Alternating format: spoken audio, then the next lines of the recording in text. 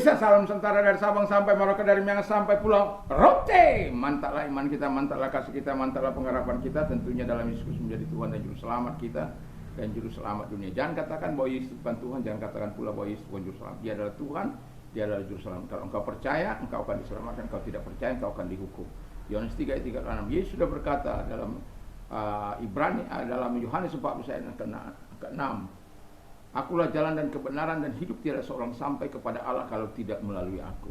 Rasul Petrus dalam Kisah Rasul 4 mengatakan, dan keselamatan tidak ada dalam siapapun juga selain dalam Dia Yesus, karena di bawah kolong langit ini tidak ada nama lain yang diberikan kepada manusia, olehnya kita diselamatkan. Haleluya.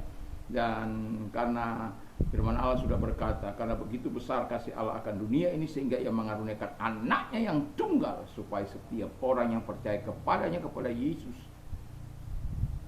tidak binasa melainkan beroleh hidup yang kekal. 1 Yohanes 1 ayat 12 mengatakan, sebanyak orang yang menerima Dia diberinya kuasa untuk menjadi anak-anak Allah bagi setiap orang yang percaya kepadanya. Puji nama Tuhan.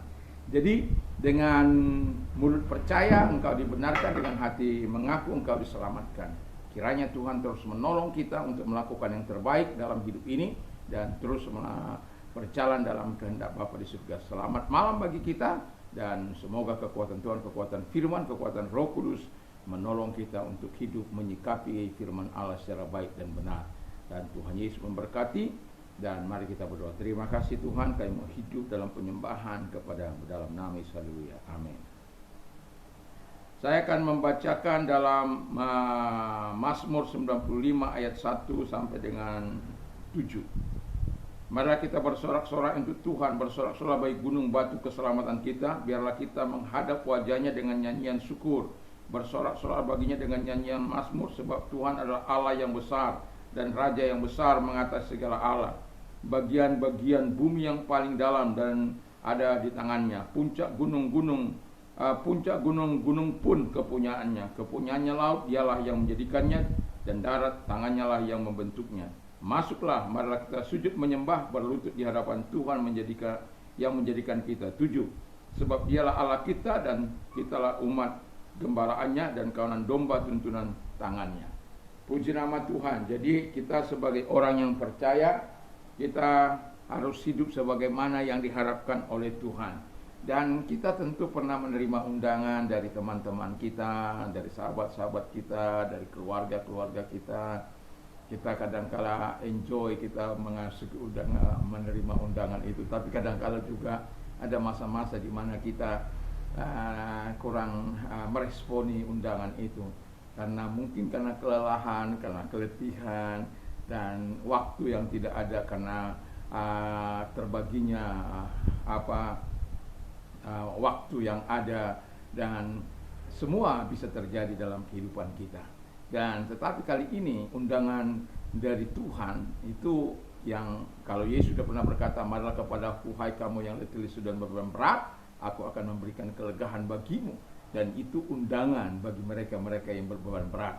Tapi hari ini Tuhan mau mengundang kita untuk masuk dalam hadirat-Nya, untuk melakukan apa yang menyenangkan hati Tuhan. Undangan untuk menyembah Tuhan. Haleluya. Undangan untuk menyembah Tuhan, karena Tuhan itu satu-satunya yang disukainya adalah penyembahan yang tulus, yang betul-betul keluar dari hati kita, dan kita bisa melakukannya itu dengan hati kita. Dan itu sebabnya saya mengatakan kepada kita, ketika kita datang menyembah Tuhan, dikatakan yang pertama, sebagaimana ayat yang kita baca, kita datang bersorak-sorai kepada Tuhan sebelum langkah penyembahan itu terjadi. Jadi kita bersorak-sorai dengan tenang, dengan sukacita yang besar, tapi penuh dengan ketenangan batin. Haleluya. Jadi orang-orang yang datang menyembah Tuhan gak ujuk-ujuk datang menyembah Tuhan. Ada pujian, ada nyanyian, ada syukur yang dinaikkan kepada Tuhan, menandakan segala apa yang dia lakukan, apa yang sudah dia terima, dan apa yang sudah Tuhan kerjakan dalam hidupnya. Dia responi dengan sukacita yang begitu luar biasa.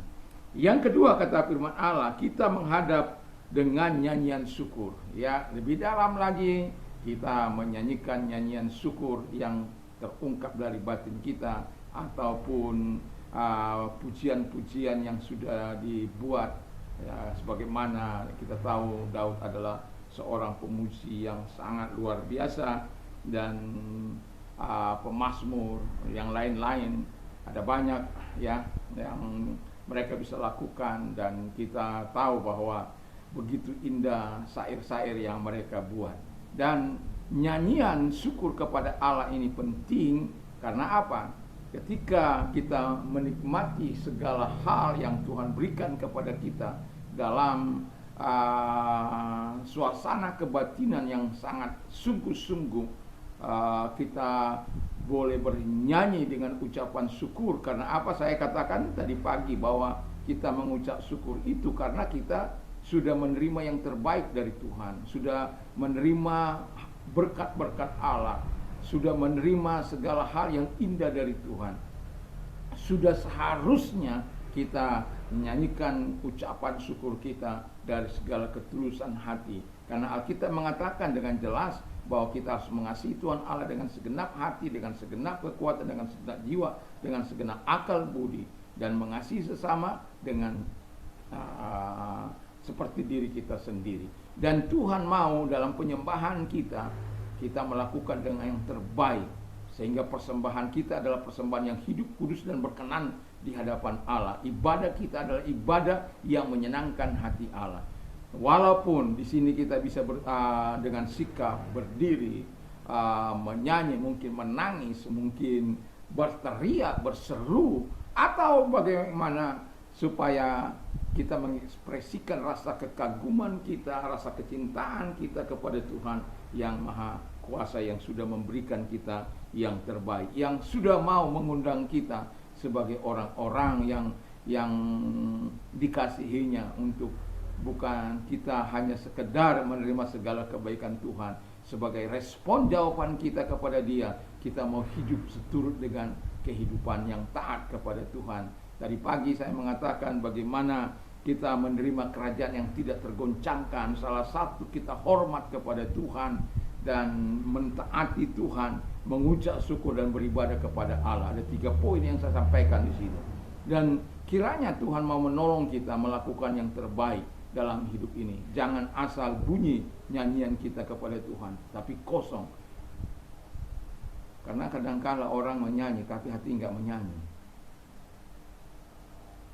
Saya suka menonton pada waktu yang lampau, ya, orang-orang yang misalnya idol-idol itu, saya suka. Dan saya bersyukur karena apa? Setiap kali saya merasakan ada sesuatu ketika mereka menaikkan nyanyian mereka dari hati, itu saya sangat bergetar itu. Dan saya juga bisa merasakan orang ini tidak menyanyikan dengan sungguh. Dan ketika juri memberikan penilaian, saya bersyukur karena apa? Oh, masih peka juga saya.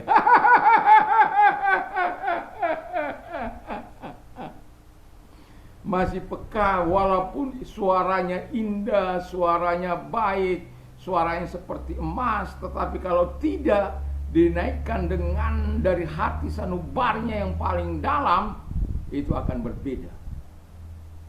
Berbeda dengan orang-orang yang nyanyinya bagus, suaranya bagus, lalu dinaikkan dari batin, apalagi lagu yang sedih, sudah pastikan diri Anda nangis.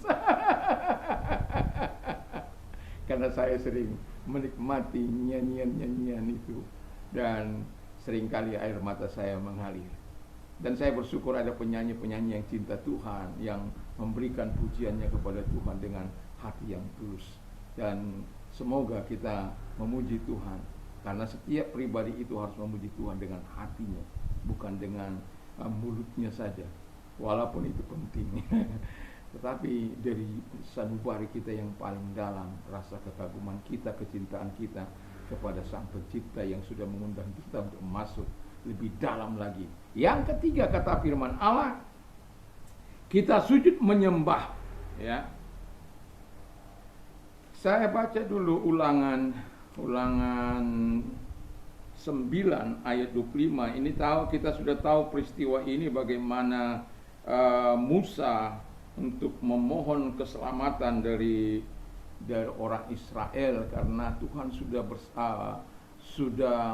berikhtiar untuk membinasakan mereka. Saya bacakan dulu 9 ayat 25. Ini dia.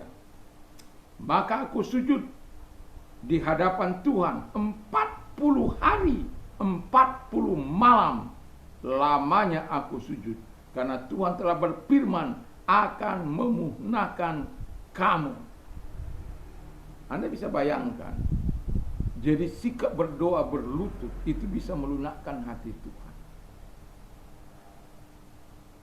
40 hari, 40 malam saya tidak bisa bayangkan. Alkitab katakan dia tidak makan dan tidak minum.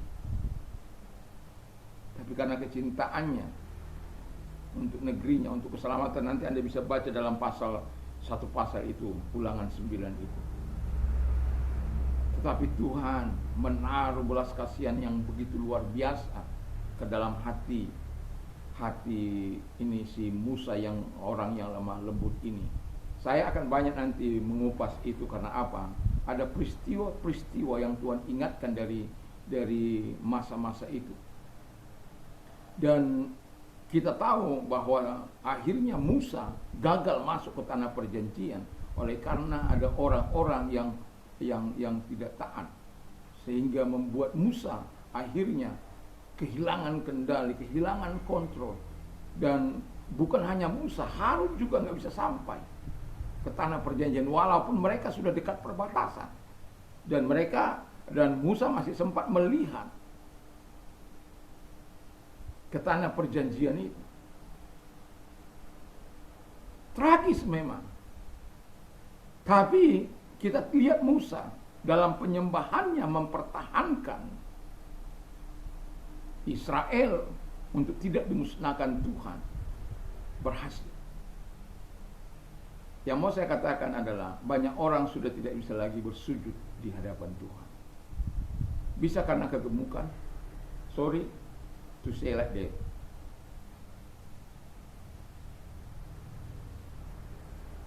Saya nggak tahu kapan kita terakhir berlutut di hadapan Tuhan. Tapi perlu kita berlutut di hadapan Tuhan. Menandakan, menyikapi, bukan orang katakan sikap itu tidak penting, tapi saya mau katakan sikap tubuh itu juga penting di hadapan Tuhan. Memang sikap hati itu jauh lebih penting. Bagaimana kalau sikap tubuhnya nggak sujud tapi sikap hatinya nggak benar? Tapi saya mau katakan sikap hati benar, sikap tubuh juga di hadapan Tuhan itu diperhitungkan Tuhan. Bayangkan Musa 40 hari untuk menarik belas kasihan Allah supaya jangan dibinasakan Israel. Dan Tuhan melalui doanya Tuhan mendengar. Sujud sembah kita kepada Tuhan memang untuk meninggikan Tuhan, untuk mempermuliakan Allah dengan segala ekspresi kecintaan kita kepada Tuhan. Tapi jangan pernah lupa, sujud sembahmu bisa melunakkan hati Allah. Sujud sembahmu bisa melunakkan hati Allah untuk sebuah bencana yang sudah dibuatnya. Bisa batal karena sujud sembahmu kepada Tuhan. Dan itu sebabnya saya mau katakan, negeri kita perlu penyembah-penyembah yang betul-betul dari hati, dari hidupnya kepada Tuhan. Masihkah kita datang kepada Tuhan dengan sujud sembah kita kepada Tuhan? Masihkah kita ada setiap hari sujud sembah kita kepada Tuhan? Atau kita sudah katakan, enggak perlulah. Tapi saya mau katakan, sikap hatimu penting, sikap tubuhmu juga penting. Rasakan kasih dan kemurahan. Ekspresikan rasa kekagumanmu sebagaimana yang Musa lakukan, sebagaimana pemazmur lakukan. Saya berharap kita adalah orang-orang yang masuk dalam undangan Allah itu dengan segala ekspresi yang benar di hadapan Allah. Sehingga setiap doa-doa kita bagi kota kita, bagi bangsa kita, bagi negara kita, bagi keluarga kita, bagi anak-anak kita, bagi usaha kita betul-betul dijawab oleh Tuhan. Mari kita tunduk kepala kita berdoa. Terima kasih Tuhan.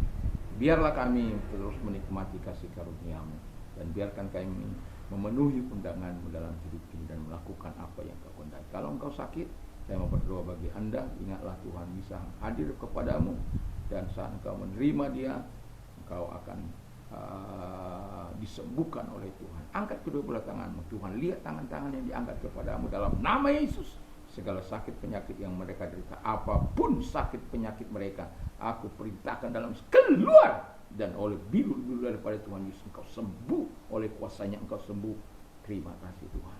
Dan bagi engkau yang sedang mengalami masalah, saya tahu apa itu persoalan kehidupan ini, tetapi saya mau katakan, dekatlah pada Tuhan, cintai Tuhan, datang kepada Tuhan, dan ingat bahwa Tuhan sudah mengundang engkau, marah kepada aku, hai kamu yang letih lesu dan beban berat, aku akan memberikan kelegaan. Paus adalah aku bisa keluar dari semua masalah itu karena Tuhan. Dan biarlah Tuhan senantiasa menolong kita. Kalau engkau orang yang mau didoakan, angkat kedua belah tanganmu, mari kita berdoa. Terima kasih Tuhan, lihat tangan-tangan yang diangkat, dan kami percaya bahwa pertolongan itu datang dari Tuhan. Engkau tidak pernah terlalu cepat, tidak pernah terlambat.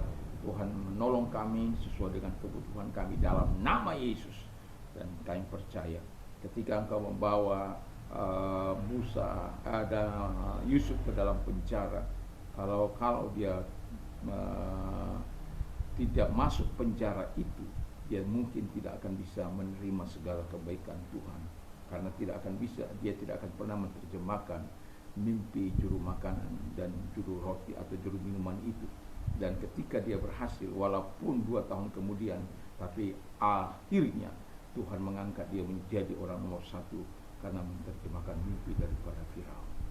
Terima kasih Tuhan, selalu ada jalan keluar yang Kau akan berikan bagi orang-orang yang berharap dan bersandar, bagi orang-orang yang berkenan kepadamu. Dan pastikan diri kita adalah orang-orang yang berkenan di hadapan Allah. Dalam nama Yesus, terima kasih buat pertolonganmu, terima kasih buat kebaikan Tuhan dalam hidupmu. Dalam nama Yesus kami berdoa, haleluya, amin. Selamat malam, kiranya Tuhan Yesus memberkati kita. Mantap, mantap, mantap.